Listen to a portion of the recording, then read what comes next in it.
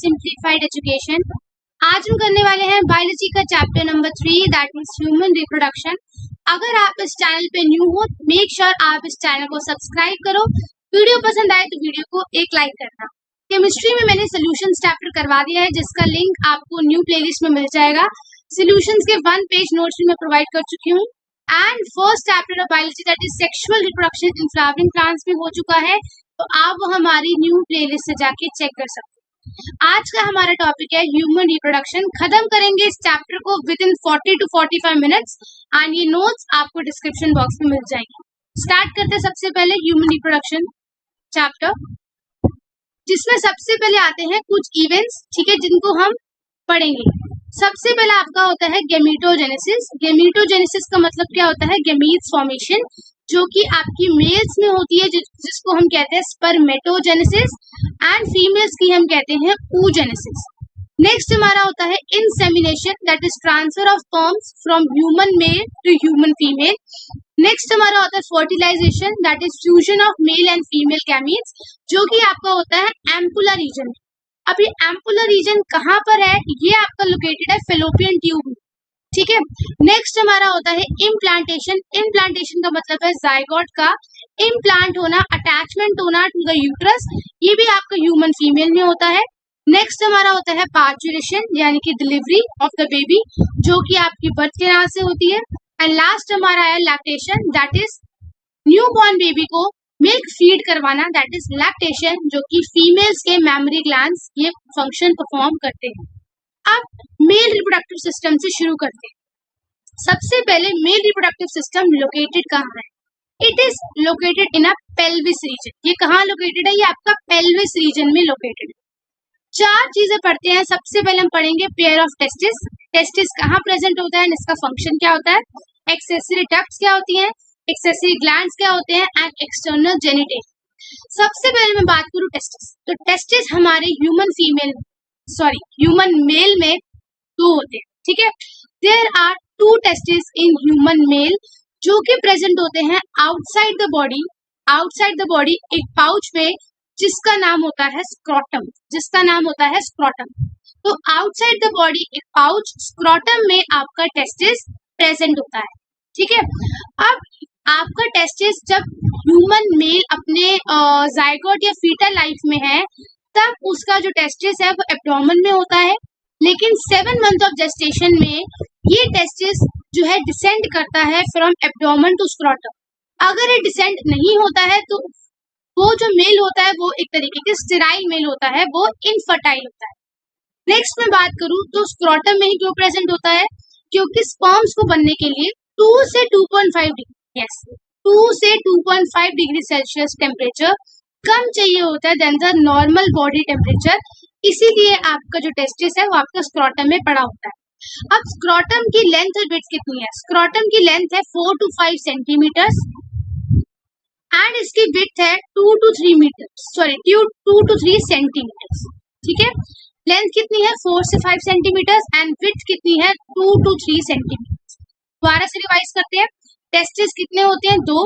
कहाँ प्रेजेंट होते हैं? आउटसाइड द बॉडी एक पाउच, जिसका नाम है स्क्रोटम।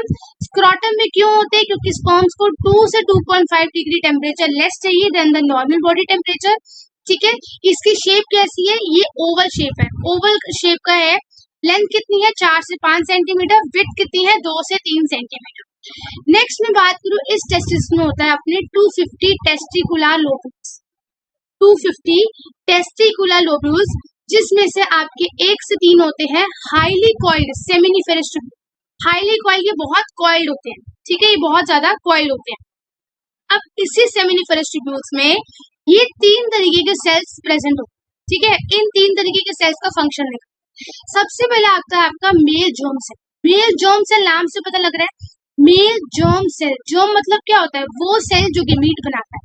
तो इसका नाम होता है स्पर्मेटोगोन। इस सेल को हम क्या बोलते हैं? स्पर्मेटोगोनिया।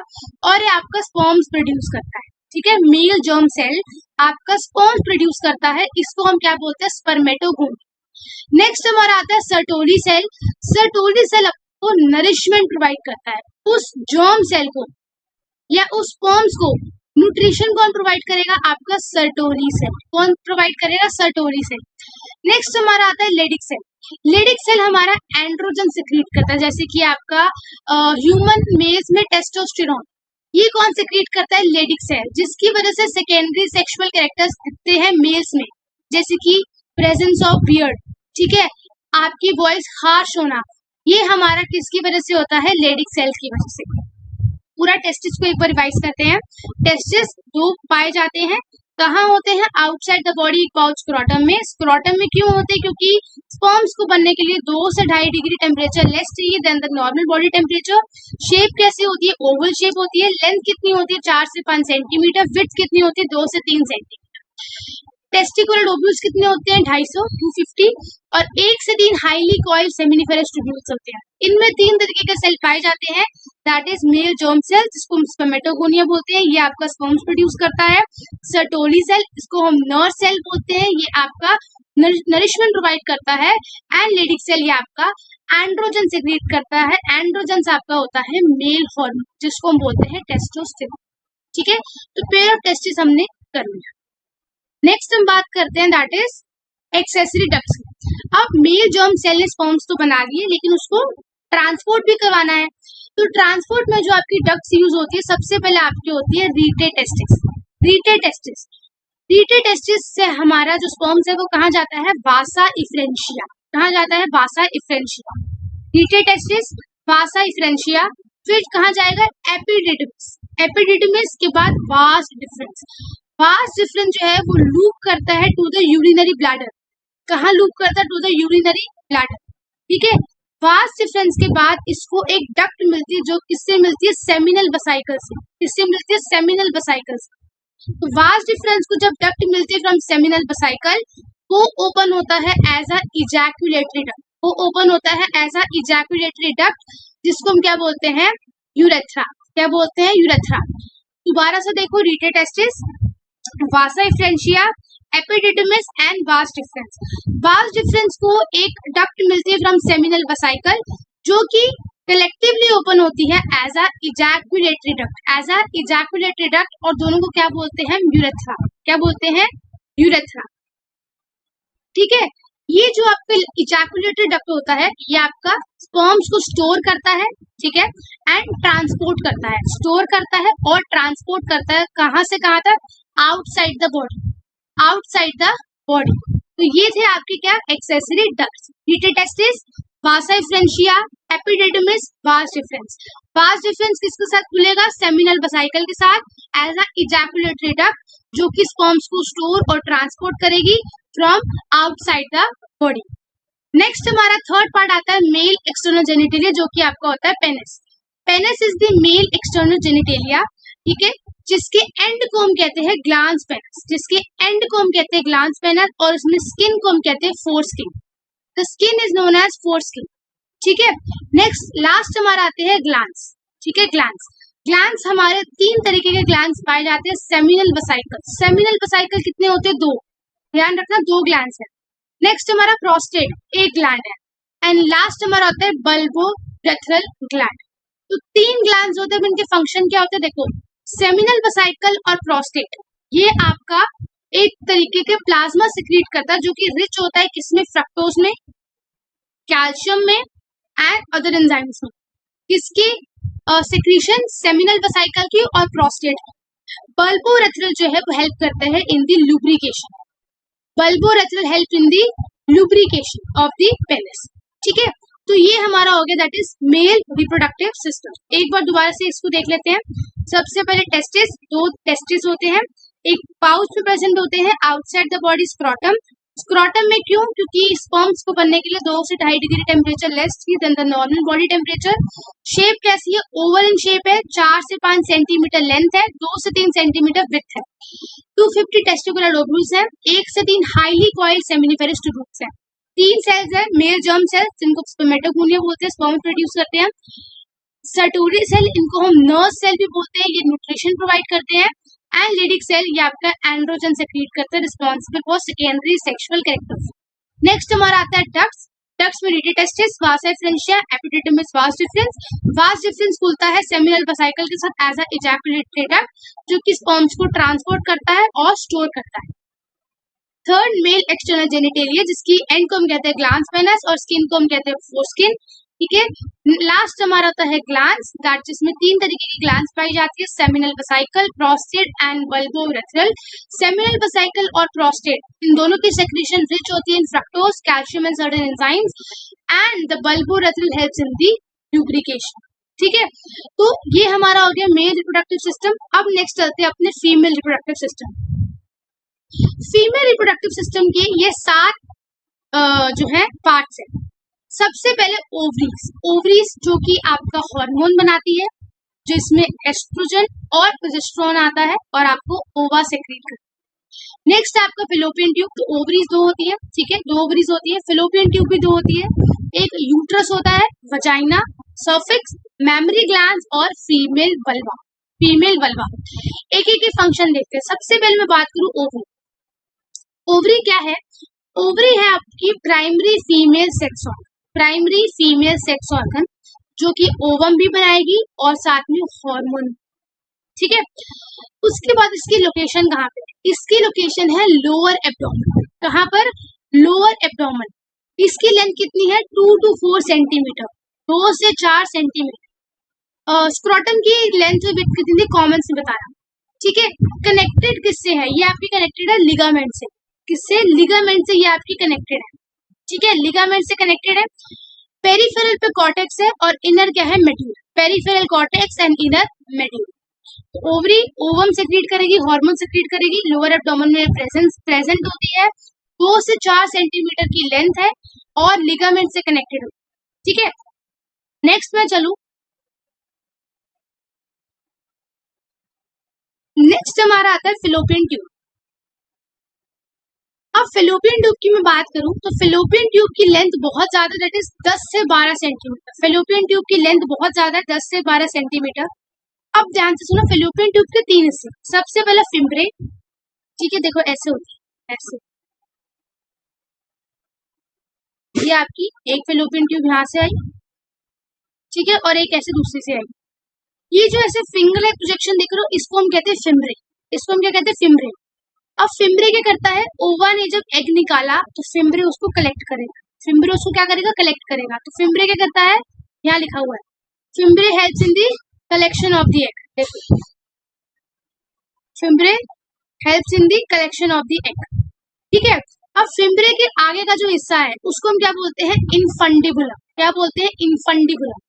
देखो, ये आपका यूट्रस है, ठीक है, ये आपका क्या है? यूट्रस। यहाँ पर आपका एक फिलोपियन ट्यूब, ठीक है, यहाँ पे आपका दूसरा फिलोपियन, ठीक है, और यहाँ आपका जो है ऐसे कर, ठीक है। अब ये फिम्ब्रे हो गया, इसके पास का ये हिस्से को हम बोलेंगे इनफंडिबुलम। इनफंडिबुलम की अगला पार्ट आता है एम्पुला। एम्पुला एक फूला हुआ रीजन है, ठीक है, एम्पुला, जहां पर फर्टिलाइजेशन हो। हमने पढ़ा था सबसे पहले फर्टिलाइजेशन है कहाँ पे होती है? Ampullary region. एम्पुलर रीजन कहाँ होता है? ये वाला रीजन, ये, ठीक है। फिर लास्ट इस्थमस। इस्थमस एक नैरो, एक ट्यूब है, यहाँ से नैरो ट्यूब है जो कि कनेक्ट करती है किसको? फेलोपियन ट्यूब को यूट्रस से। इस्थमस क्या करती है? यूट्रस से ज्वाइन करती है। तो फेलोपियन ट्यूब की लेंथ कितनी है? 10 से 12 सेंटीमीटर। 3 हिस्से हैं, इनफंडिबुलम, एम्पुला और इस्थमस। इनफंडिबुलम में क्या है? Fimbriae helps in the collection of the egg. Ampullar region क्या करता है? फर्टिलाइजेशन करवाता है, और इस्थमस आपका यूट्रस से ज्वाइन करता है। फेलोपियन ट्यूब के बाद नेक्स्ट हमारा आता है यूट्रस। यूट्रस क्या है? यूट्रस है हमारा वूम। यूट्रस इज योर वूम, इन्वर्टेड पियर। इसकी शेप कैसी है आपकी? इन्वर्टेड पियर।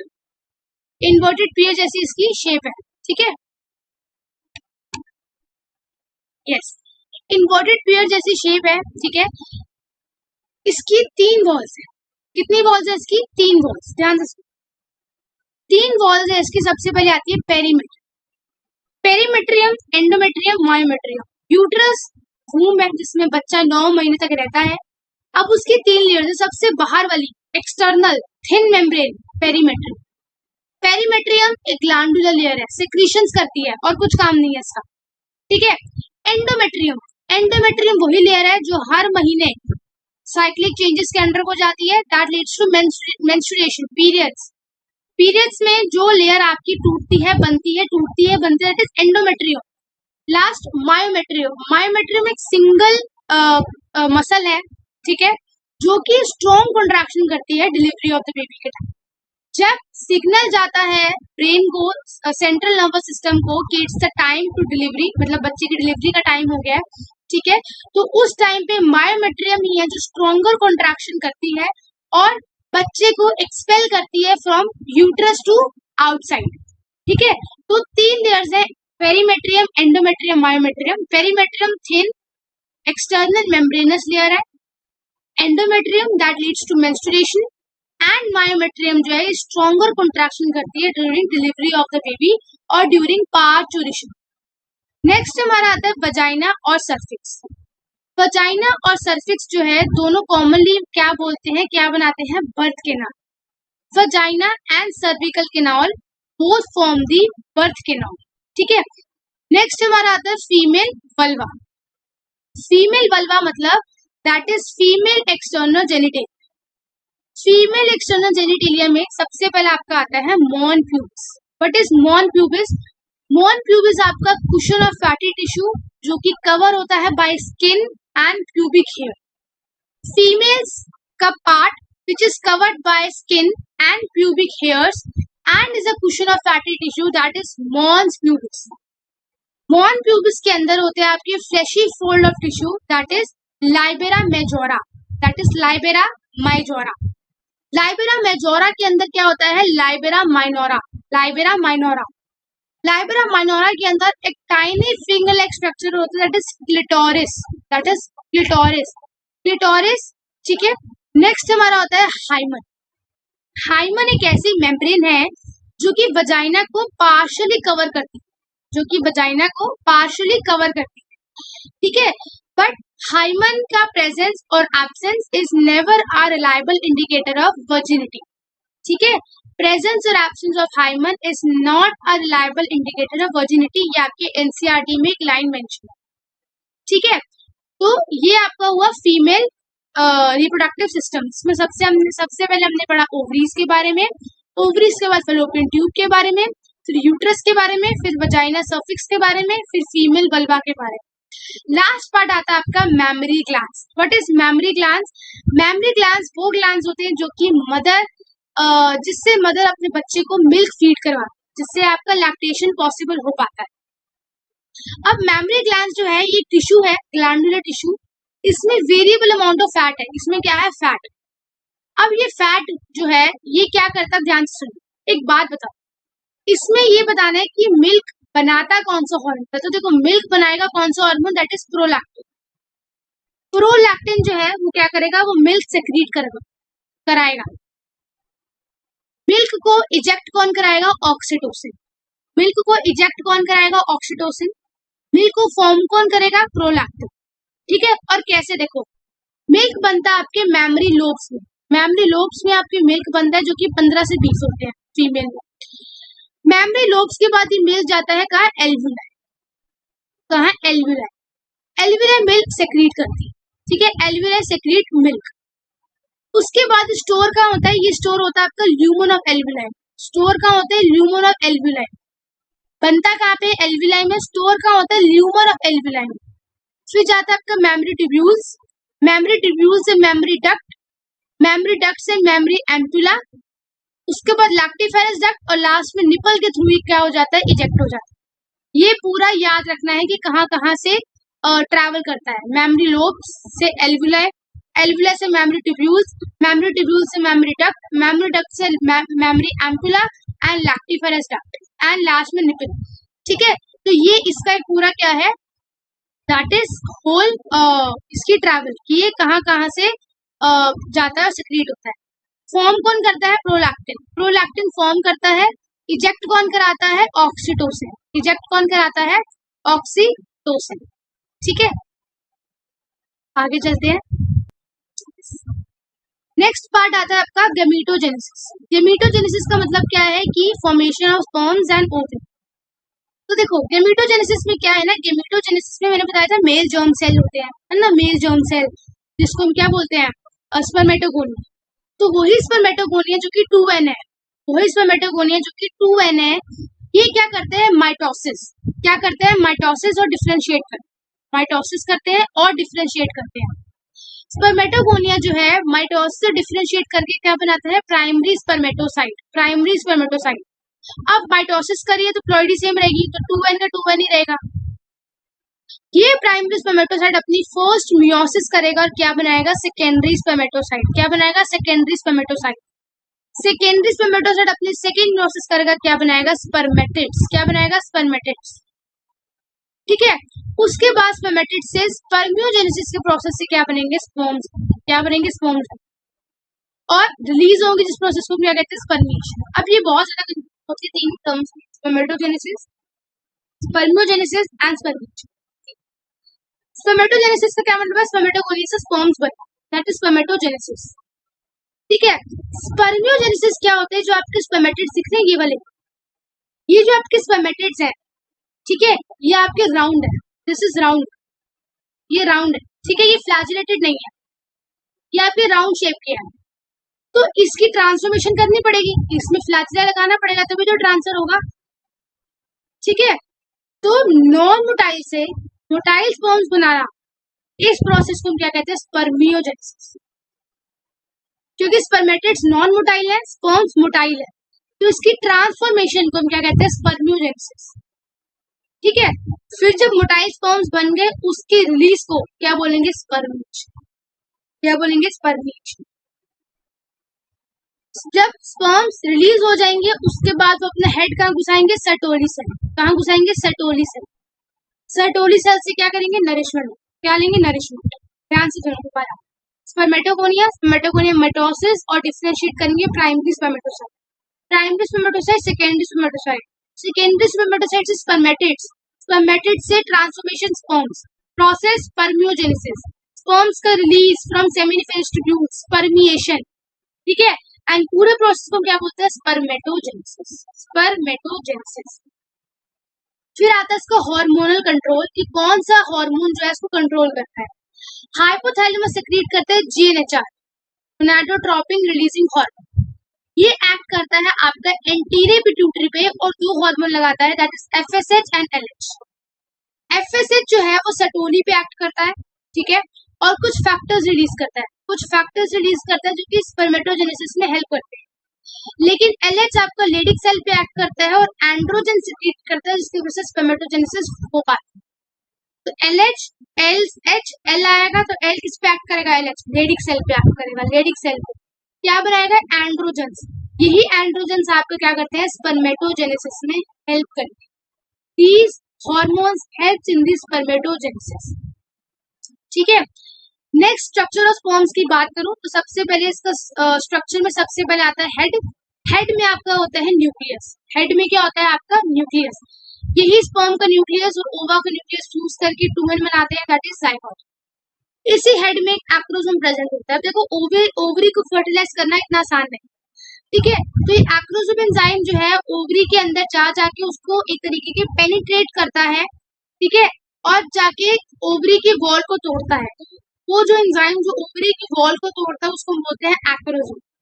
उसके बाद आता है आपका नेक, मिडल पीस। मिडल पीस में बहुत सारे माइटोकॉन्ड्रिया जो कि एनर्जी प्रोड्यूस करते हैं, जो कि एनर्जी प्रोड्यूस करते हैं ताकि स्पर्म ट्रैवल कर सके। एंड लास्ट आपका जो टेल है वो आपका स्पर्म मोटिलिटी के लिए है, that helps in the sperm motility.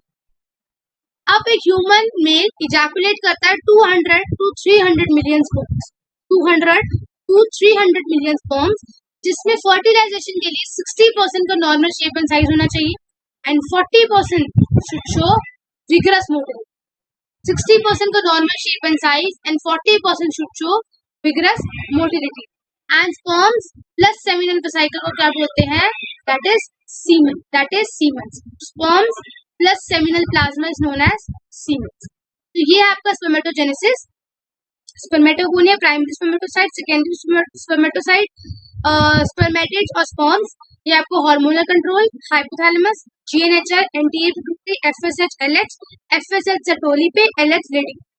ठीक है, उसके बाद स्पर्म, इसमें आपको क्या आता है हेड, नेक, मिडल पीस और tail, 60% normal shape and size, 40% should show vigorous hotel.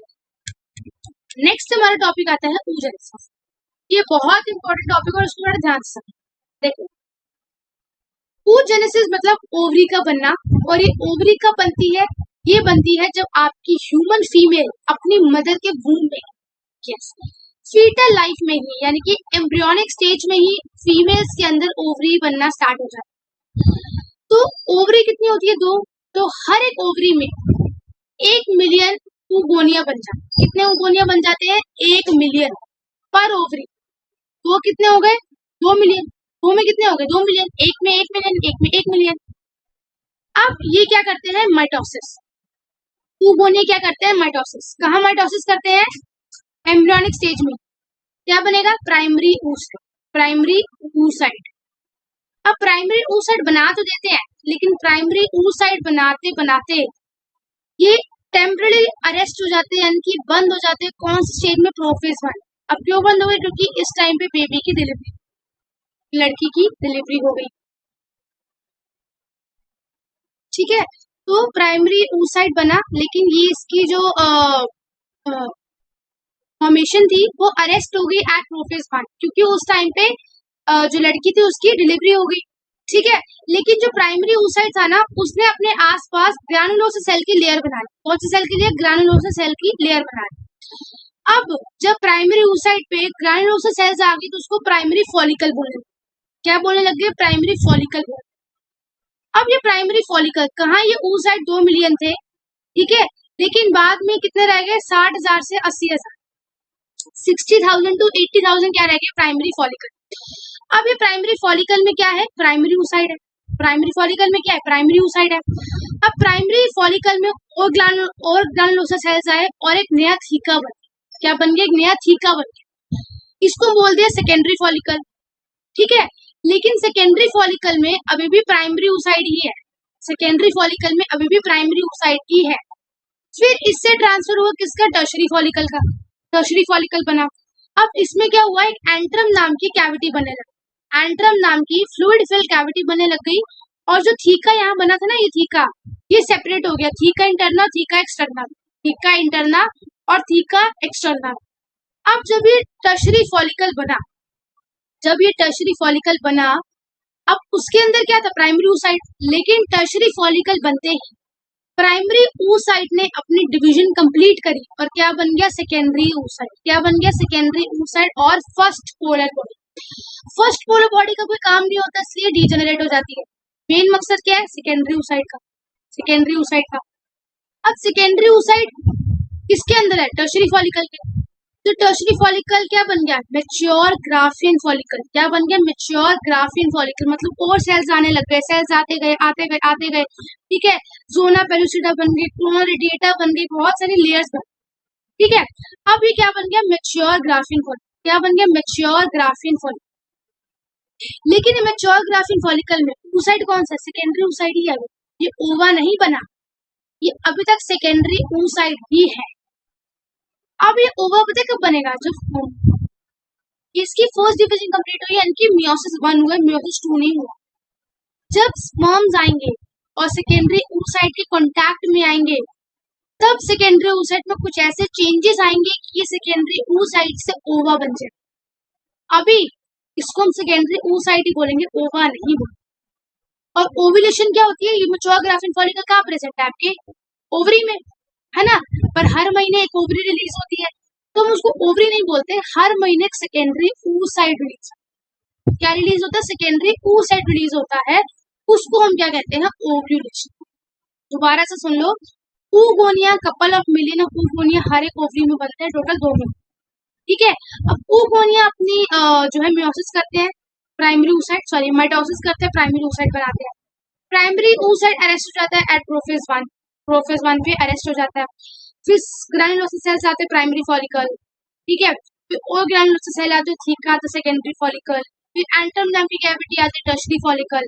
ठीक है, टर्शरी फॉलिकल के बाद टर्शरी फॉलिकल में इसकी डिवीजन पूरी होती है, जो प्राइमरी oocyte से क्या बन जाता है? सेकेंडरी oocyte और first polar body. Polar body किसी काम की नहीं होती, इसलिए वो डीजेनरेट हो जाती है।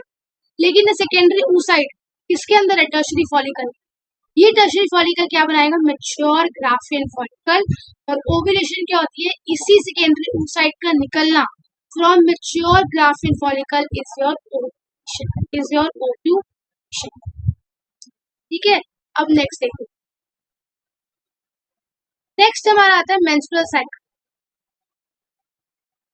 Menstrual cycle that is, menstrual cycle क्या होता है, that is periods, periods in human female. बेनार्क शुरू कब होते हैं, 10 से 12 साल की उम्र में, और खत्म कब होते हैं, जब मेनोपॉज आता है, यानी कि 45 से 50 साल की उम्र में। ठीक है, अब देखो इसके फेजेस ध्यान से सुनो। 3 तरीके के फेजेस होते हैं आपके मेंस्ट्रुअल साइकिल में। सबसे पहले आपका आता है मेंस्ट्रुअल फेज। मेंस्ट्रुअल फेज जो कि लाई करता है 3 से 5 दिन का, इसमें आपकी एंडोमेट्रियम टूटती है, यानी कि पीरियड्स का दिन। ये 3 से 5 दिन आपके पीरियड्स के दिन, इसको हम बोलते हैं मेंस्ट्रुअल फेज। इसमें क्या हो रहा है, आपकी एंडोमेट्रियम टूट रही है and that leads to release of blood from your body. अब समझो 3 से 5 दिन मेंस्ट्रुएशन हो गई, 3 से 5 दिन मेंस्ट्रुएशन हो गई, 5वें दिन खत्म हो गई। अब उसके बाद क्या क्या चेंजेस आएंगे आपकी बॉडी में, वो सेकंड आपका होता है फॉलिक्यूलर या प्रोलिफेरेटिव फेज। देखो क्या है, मेंस्ट्रुअल फेज हो गई 5 दिन, ओवरी जो आपकी रिलीज हुई थी पिछले महीने वो तो रिलीज हो गई, रप्चर हो गई, है ना, एंडोमेट्रियम टूट गई, ओवरी भी साथ में रिलीज हो गई। लेकिन क्या, अब अगले महीने की बारी, अगले महीने में जैसे मेंस्ट्रुअल फेज खत्म होता है ना, आपका एफएसएच बढ़ने लगता है। कौन सा हार्मोन बढ़ता है, एफएसएच। देखो एफएसएच बढ़ता है, फॉलिकुलर स्टिमुलेटिंग हार्मोन। ये एफएसएच पता है क्या करता है, primary follicle, secondary follicle, tertiary follicle, graphene follicle, ये फॉलिकल को मैच्योर करता है। कहाँ तक, मैच्योर ग्राफिन फॉलिकल। ठीक है, ये आपका कहाँ पे हो रहा है, फॉलिकुलर फेज आपके ओवरी में। ओवरी में क्या हो रहा है, फॉलिकुलर्स मैच्योर हो रहे हैं, प्राइमरी से सेकेंडरी, सेकेंडरी से टर्शियरी, टर्शियरी से मैच्योर ग्राफिन फॉलिकल। लेकिन यूट्रस में क्या हो रहा है, यूट्रस में जो एंडोमेट्रियम टूटी थी ना, वो दोबारा बन रही है, वो दोबारा बन रही है। तो यूट्रस किसमें जा रहा है, प्रोलिफरेशन में, वो एंडोमेट्रियम फिर से मोटी हो रही है। कब तक चलेगा ये, 14 दिन। कितने दिन, 14 दिन। 14 दिन तो क्या होगा, आपके फॉलिकल्स मैच्योर होंगे और एंडोमेट्रियम बनेगी। चौथे दिन, 14वें दिन पे क्या आएगी, देखो 14th डे पे क्या आएगी, 14th डे पे आपका क्या, 14th डे पे, एक सेकेंड,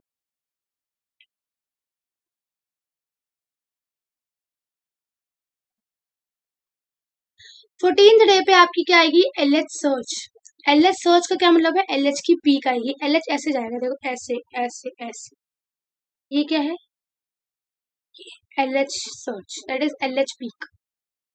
इस एलएच सर्च से क्या होती है आपकी, जैसे ही एलएच सर्च आती है, यानी कि एलएच हार्मोन एकदम पीक पर चला जाता है, ग्राफिन फॉलिकल रप्चर हो जाता है। ग्राफिन फॉलिकल रप्चर हो जाता है, सेकेंडरी उसे रिलीज हो जाता है, ओव्यूलेशन हो गया। क्या हो गया, ओव्यूलेशन हो गया 14th डे पे। कौन से डे पे, 14th डे पे। 14th डे के बाद, अब देखो 14th डे के बाद क्या हुआ, जो आपका सेकेंडरी उसेट था वो तो रिलीज हो गया, है ना, पीछे किसको छोड़ गया, ग्राफिन फॉलिकल। ग्राफिन फॉलिकल तो पीछे रह गया, आगे क्या गया, सिर्फ सेकेंडरी फॉलिकल। तो वो जो ग्राफिन फॉलिकल है ना, वो आपका किसमें कन्वर्ट हो जाता है, corpus luteum. Corpus luteum yellowish body. अब कॉर्पस लूटियम क्या करती है, कॉर्पस लूटियम प्रोजेस्टेरॉन सेक्रेट करती रहती है, करती रहती करती रहती करती रहती है, ढेर प्रोजेस्टेरॉन सेक्रेट करती रहेगी। अब प्रोजेस्टेरॉन से क्या होगा, एंडोमेट्रियम जनरेट होगी, एंडोमेट्रियम बढ़ रही है, बढ़ रही है, एंडोमेट्रियम बढ़ रही है, जब तक प्रोजेस्टेरॉन बढ़ रहा है एंडोमेट्रियम बढ़ रही है। 14th डे, अगले 14th डे, ये हो गया 14th डे, ओव्यूलेशन होगी। अब 1 से फिर 14 से 28 दिन, कॉर्पस लूटियम क्या करेगा, प्रोजेस्टेरॉन सेक्रेट करता रहेगा, एंडोमेट्रियम को मोटी बना, मोटी होगी। जैसे ही क्या हुआ, जैसे ही प्रोजेस्टेरॉन का लेवल गिरा, कैसे गिरेगा, कॉर्पस लूटियम डीजेनरेट हो गया। कॉर्पस लूटियम कह रहा है बस भाई मैं डीजेनरेट हो गया, कॉर्पस लूटियम डीजेनरेट हो गया। जो प्रोजेस्टेरॉन का लेवल पहले यहाँ था, एकदम से डिक्लाइन हो गया, एकदम से डिक्लाइन हो गया। जैसे ही प्रोजेस्टेरॉन का लेवल गिरेगा, that leads to a new cycle. इससे क्या हो जाएगा, आपके अगले महीने के पीरियड स्टार्ट हो जाएगा। ठीक है, तो मेंस्ट्रुअल फेज हुआ, फिर फॉलिकुलर फेज हुआ, फिर आपका प्रोलिफरेटिव हुआ, फिर ओव्यूलेटरी हुआ, फिर ग्राफिन फॉलिकल कॉर्पस लूटियम बना, प्रोजेस्टेरॉन सेक्रेट कर रहा है, पर कब तक करेगा, जब तक वो डीजेनरेट नहीं होता। एक बार जब वो डीजेनरेट हो गया, प्रोजेस्टेरॉन का लेवल जो यहाँ था वो एकदम से जमीन पे आएगा। प्रोजेस्टेरॉन का लेवल गिरते ही आपका नया साइकिल स्टार्ट हो जाएगा। तभी जो फीमेल्स होती है जो कि अपनी प्रेगनेंसी डिले करना चाहती है, वो पिल्स लेती है जिसमें प्रोजेस्टेरॉन होता है। क्यों, ताकि अगर प्रोजेस्टेरॉन कॉर्पस लुटियम नहीं दे रहा तो हम बाहर से दे देते हैं, है ना, एक्सटर्नल साइड से, ताकि मेंस्ट्रुअल साइकिल ना हो, ठीक है, मेंस्ट्रुअल साइकिल ना हो, तो इसलिए लोग प्रोजेस्टेरॉन खाते हैं, ठीक है। नेक्स्ट टॉपिक पे चलते हैं, last topic, that is fertilization. Fertilization में क्या हुआ, फर्टिलाइजेशन में आपका फ्यूजन हुआ मेल और फीमेल गैमीट्स का, फीमेल गैमीट्स भी बन गए, मेल गैमीट्स भी बन गए। कौन से रीजन में हुआ, फैलोपियन ट्यूब के एम्पुलर रीजन में। अब स्पर्म एक ले रहा ज़ूना पेलुसिडा, उसके कांटेक्ट में आया, ठीक है। अब 200 से 300 मिलियन स्पर्म्स है, फर्टिलाइज तो एक ही करेगा। जैसे ही वो उसके कांटेक्ट में आया, ओवरी की मेम्ब्रेन में ऐसे चेंजेस आएंगे कि पॉलीस्पर्मी प्रिवेंट हो जाएगी। क्या प्रिवेंट हो जाएगी, पॉलीस्पर्मी। पॉलीस्पर्मी का मतलब अगर एक स्पर्म ज़ूना पेलुसिडा को क्रॉस कर दिया, बाकी एडिशनल स्पर्म्स की एंट्री बंद हो जाएगी, अब तुम और नहीं आ सकते। अब समझो एक स्पर्म चला गया अंदर, एक्रोसोम ने जो है ओवम को पेनिट्रेट किया, एक्रोसोम जो है ओवम को अंदर चला गया। जैसे ही सेकेंडरी oocyte और स्पर्म कांटेक्ट में आया, ओवम ने अपनी डिवीजन कंप्लीट कर ली, क्या बन गया, ऊटेड बन गया। क्या बन गया, ऊटेड बन गया। और second polar body, first polar body काम की थी, सेकंड पोलर बॉडी पे काम की, क्या बन गया, ऊटेड। अब ये ऊटेड और स्पर्म्स क्या बनाएंगे, टू एंड जाइगोट। क्या बनाएंगे, डिप्लॉइड जाइगोट, डिप्लॉइड जाइगोट। अभी जाइगोट बनने के बाद क्या होगा, इसमें क्लीवेज, क्लीवेज का क्या मतलब है, टूटेगा, ये क्या होगा, टूटेगा। इसमें क्या होगी, माइटोटिक डिवीजन होगी, तो 2 से 4, 8, 16 डॉटर सेल्स बनेगा, जिसको क्या बोलते हैं, ब्लास्टोमियर। जब ये 8 से 16 ब्लास्टोमियर्स का बन जाएगा, उसको क्या बोलेंगे, मोरुला। क्या बनेगा, मोरुला। मोरुला से क्या बनेगा, ब्लास्टोसिस्ट। ब्लास्टोसिस्ट क्या होगा, ब्लास्टोसिस्ट दो दो पार्ट्स होते हैं, एक होता है आपका ट्रोफोब्लास्ट और इनर सेल मास।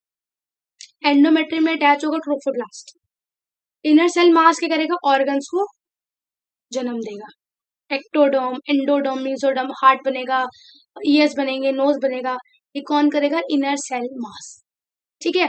उसके बाद इम्प्लांटेशन हो जाएगी, यानी कि अटैचमेंट हो जाएगी यूट्रस से, किसकी, जायगोट की। फिर आपका प्लेसेंटा बनने लग जाएगा। प्लेसेंटा क्या करेगा, आपको ऑक्सीजन प्रोवाइड करेगा, बच्चे को न्यूट्रिशन प्रोवाइड करेगा, और CO2 और वेस्ट मटेरियल जो है वो साथ के साथ निकालता रहेगा। कौन से हार्मोन प्लेसेंटा सेक्रेट करता है, ये भी इंपॉर्टेंट है। सबसे पहले HCG, human chronic gonadotropin, HPL, human placental lactogen, relaxin, oxytocin and progesterone, ठीक है। प्लेसेंटा के बाद 9 महीने जेस्टेशन पूरा होगा, 9 महीने तक बच्चे के ऑर्गन्स बनेंगे, ठीक है। 9 महीने के बाद जो है पार्चुरेशन होगा, बेबी की डिलीवरी होगी, ठीक है, जिसको पार्चुरेशन बोलते हैं। उसके बाद जो है मेमरी ग्लैंड्स अपने अंदर कुछ चेंजेस करेंगे, और उसके बाद मिल्क सेक्रेट करना स्टार्ट कर देंगे, ठीक है। मिल्क सेक्रेट करने के प्रोसेस को हम क्या बोलते हैं, लैक्टेशन। पहले कुछ हफ्तों का जो मिल्क होता है उसको हम बोलते हैं कोलेस्ट्रॉम, पहला मिल्क उसको हम बोलते हैं कोलेस्ट्रॉम, जो कि बहुत हेल्दी होता है, और उसमें एंटीबॉडीज होती हैं, दैट इज IgA एंटीबॉडी होती है आपकी कोलेस्ट्रॉम में, जो कि बच्चे के लिए बहुत ज्यादा जरूरी होती है, ठीक है। तो आई थिंक दैट्स इट, हमने पूरा चैप्टर कोशिश करी है 50 to 40 मिनट्स में कंप्लीट करने की। अगर ये चैप्टर पसंद आया तो वीडियो को लाइक कर देना, चैनल को सब्सक्राइब कर देना, एंड यस अगर ये नोट्स चाहिए तो मुझे कमेंट सेक्शन में जरूर बता देना, ठीक है। I will see you guys in the next session, take care, thank you so much, bye bye.